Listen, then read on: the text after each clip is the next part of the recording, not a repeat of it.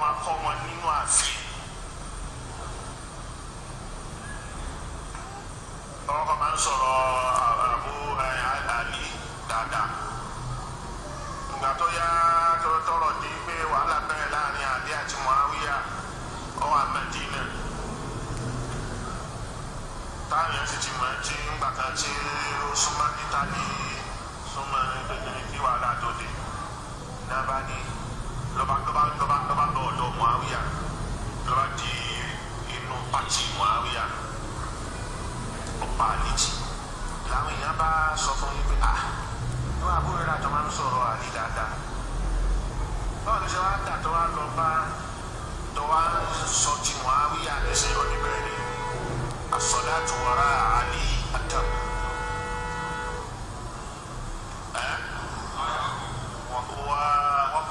والطعام عند معاوية أجسام فليرحم الله ذلك كون كيو لياني وما يبيعون بي شروط لدى معاوية oni ọ̀rá nù dáadáa ṣòro jẹ lọ́dọ̀ Muawiya oni ọ̀rá nù dáadáa ṣòro jẹ lọ́dọ̀ Muawiya oni ọ̀rá nù dáadáa.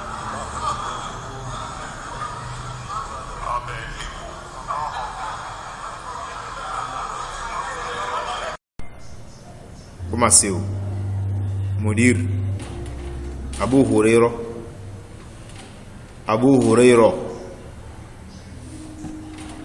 àbí Abdurrahman ibn Sakhr kọ́lẹ̀ sọ ni abẹ́lùmí Abu Huraira mọ́ Abu Huraira ni mọ́rúkọ tó ń pè Abu Huraira láàrin àwọn sàhábà fàkíh olùmọ̀ ẹ̀sìn ni Abu Huraira kò sí sàbẹ́ kan tó bá Abu Huraira jiyàn ọmọ pún kò kí ń kú ní mọ́ṣálásí ànábì bá lè jù bá fẹ́ abá ànábì òun ni ó lọ jíṣẹ́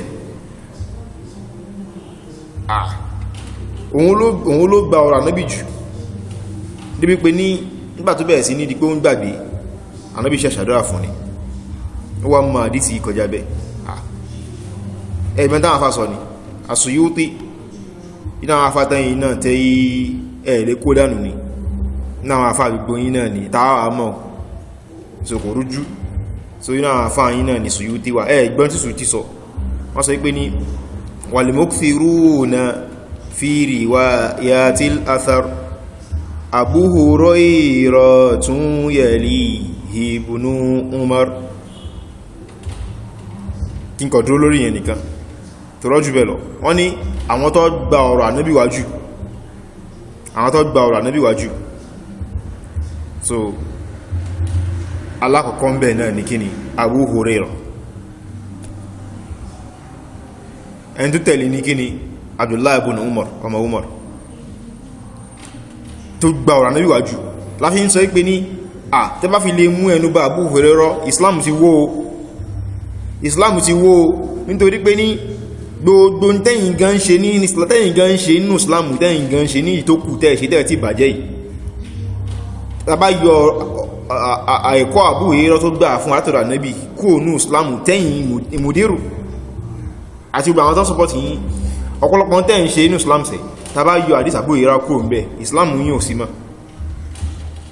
mo ti ṣe fídíò kan lórí yẹn mo ti mọ́ ìsàmpù díẹ̀ wà bí a rẹ̀ tẹ̀sẹ̀ bọ́ fún yín ni tàbá yọ ọ̀rọ̀ Abu Huraira ẹ̀kọ́ tá ń lò ní Ìsìlámù lé ní iṣẹ́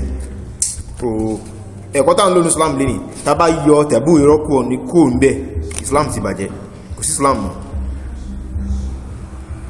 ló yẹ́ sí pé ní ṣètọ́nù ló ń bí odò kìíní láti lè fi bà Ìsìlámù jẹ́ ni àwọn Yẹhudi lọ gbé àwọn ṣí àwọn láti máa takò àwọn sàhábà olórí àwọn sàhábà yìí mọ̀ ayé pé ẹ̀yìn náà rí pé àwọn sàhábà tẹ́ ń takò àwọn sàhábà yìí kan ni wọ́n àwọn sàhábà tẹ́ ń takò àwọn sàhábà yìí kan wọ́n kàn fẹ́ wọ́ opportunity láti rí wọlé lọ́fẹ́ pé káwọn gba ọ̀nà ṣẹlẹ̀ tó ṣẹlẹ̀ láàrin àwọn tàbí káwọn gbàbẹ̀ wọlé ni Abu Huraira amóbìnrin láàá sára ìkàn mà ní amóbìnrin láàá tẹ́takò ní ṣe fídíò lórí yẹn àwọn àdísì amóbìnrin láàá àbí àdísì ọmọ rẹ̀ Abdullahi ibn Amr ẹ̀rọ àbẹ̀rẹ̀ yọkónú aláṣẹlẹ̀ amóbìnrin láàá àwọn sábà tẹ́ ń takò ní ẹ o Muawiya fún àwọn sábà tẹ́ ń takò ní ẹ o Abubakar àti Umar àwọn sàábà ìkan ní nídìí kẹsọ̀ sàábà ọkàn mọ́ dáwádìí mú kan náà àwọn ènìyàn tàbá ti bàjẹ́ ẹ ti bá sàábà tó kù náà jẹ́ àbú ìrọ̀ lẹ́wà ń pè ní alátẹnujẹ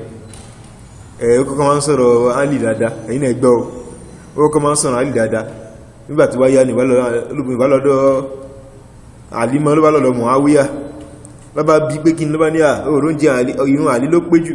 ṣùgbọ́n oúnjẹ Muawiya ló dùn jù ṣé ó sì àbọ́pọ̀lọ mú kí wọ́n sọ pé torí oúnjẹ tẹ́nìkan máa jẹ sẹ́nu ní Abu Huraira ní torí oúnjẹ tí ó jẹ ló fi wá di pé ó bẹ̀rẹ̀ sí takò ẹnìkan a sọ pé Abu Huraira ayé ìgbà yẹn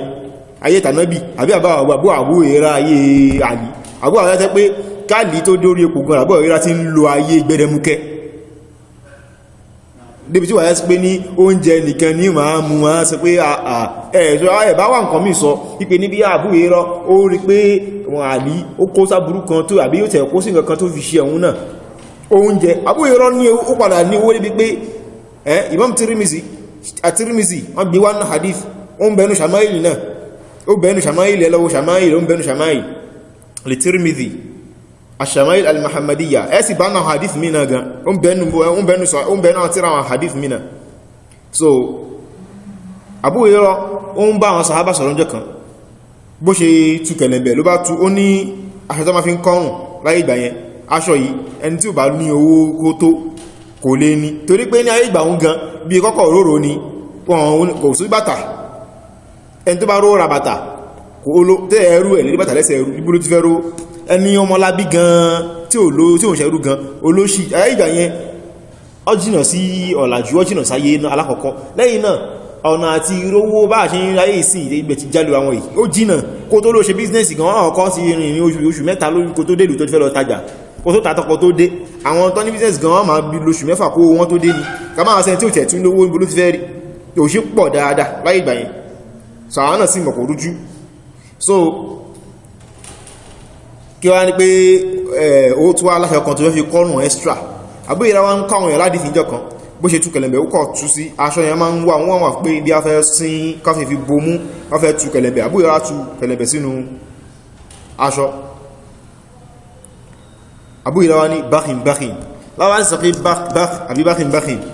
wọ́n máa ń sọ pé tí nǹkan bá dùn wọn nínú tó jọ wọn lójú àbí nǹkan bá yẹn ṣá ó ní Abu Huraira yẹmúkùt Abu Huraira ló wá ń ṣe kíni ló wá ń tú kẹlẹ̀bẹ̀ sínú kí ló ń pè ní tó máa wọ̀ sọ́rùn yìí ó ní òun jẹ́ pé ní òun rántí ìgbà kan tóhun yóò wó lulẹ̀ akhiru bayna minbari rasul wa hujurati òun ṣubú lẹ̀ láàrin minbari ànábì àti ilé yàrá ànábì yàrá Aisha wa yaji'u al-ja'i ẹnìkan àwọn èèyàn ó wà ẹnìkan àwọn èèyàn ó wà dé látara pé ṣubú tóhun kọ̀ dédé ṣubú lórí ìdúró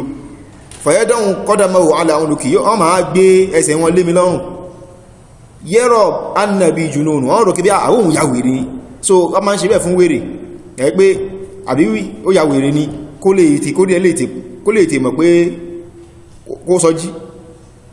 wà máa bí junun àbúrò yẹ́rọ ní àmì ìyá wèrè in huwa illa al-ju' ebi ló pa mí débẹ̀ ní níbi tí àyí pọ̀dé so ayé ìgbàtẹ́yìn sọ yẹn àbúrò yẹ́rọ ti ní owó àbúrò yẹ́rọ ti ń lọ ayé ìgbẹ̀dẹ̀múkẹ́ débi kí wáyé pún jẹ Muawiya kan ní wọ́n a máa torí ẹ̀ sọ pé ó bẹ̀rẹ̀ sí ní bú àlé o ọ̀rọ̀ sọ fa rí ọ̀rọ̀ sọ ẹ̀ẹ̀dẹ̀lẹ̀ ọ̀rọ̀ sọ torí pé ní òpùrọ̀ kí ọ̀rọ̀ sọ tó bá ti ń gbérò ẹ̀dẹ́ báyìí a máa dá padà fún ẹni Ọlọ́run sọ pé ní wala ya'tunaka bi mathalin illa ji'naka bil haqqi wa ahsana tafsira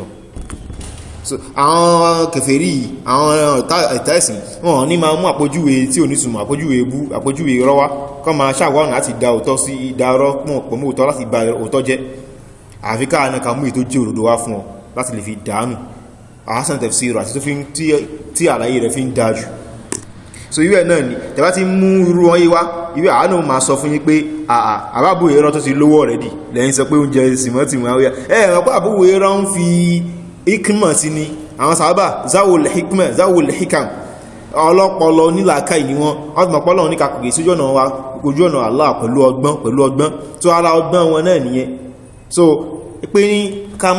bá àwọn méjèèjì àwọn sàbí kájẹ́káyé mọ̀ tọ́lá àwọn tábìyìn wà ń bẹ̀ àwọn máa wò pé kí ni àwọn sàbí kí ni àtọ́fẹ́ kọ síjà yìí so kájẹ́ káyẹ̀ mọ̀ pé orí pèpè nìkan náà làwọn méjèèjì wà o torí pé tẹnìkíní àtẹnìkejì wọn jà sí pé nìkan ṣaburú abẹ́nìkan ṣe kèfèrí nítorí jà sí náà ojúbọ ọ̀rọ̀ tí ò ní ṣe pé ọ̀rọ̀ tí ò sẹ́ni kankan di kèfèrí ọ̀rọ̀ tí ó pé nọ́mbà tí wọ́n lè understand ni pé ká ọkọ̀ yanjú tánà bí gbé kalẹ̀ ọ̀rọ̀ kíkà jí ọ̀rọ̀ kìláfà Muawiya ṣe sọ pé ní irọ́ ìsàbí ànábì tó pa ní ipa tí ó tọ́ yẹn Uthman òun ló rẹ̀ lẹ́ẹ̀ká ọkọ̀ yanjú so èwo ni òtọ́nu méjèèjì ló fi dìjà táwọn aláburú fi ń gún kálukú ṣe sáré wọlé kọ́ lè máa kó sí wọn láàrin ọgbọ́n yẹn náà ni amúbùlà áàsì náà padà dá tẹ́ ń pè ní dálíà ẹ̀ mo ti ṣe fídíò lórí yẹn tó wọn náà fi sọ pé Muawiya tó fi yanjú ẹ̀ ní sọ fún Àlí pé káfí Kùránì dájọ́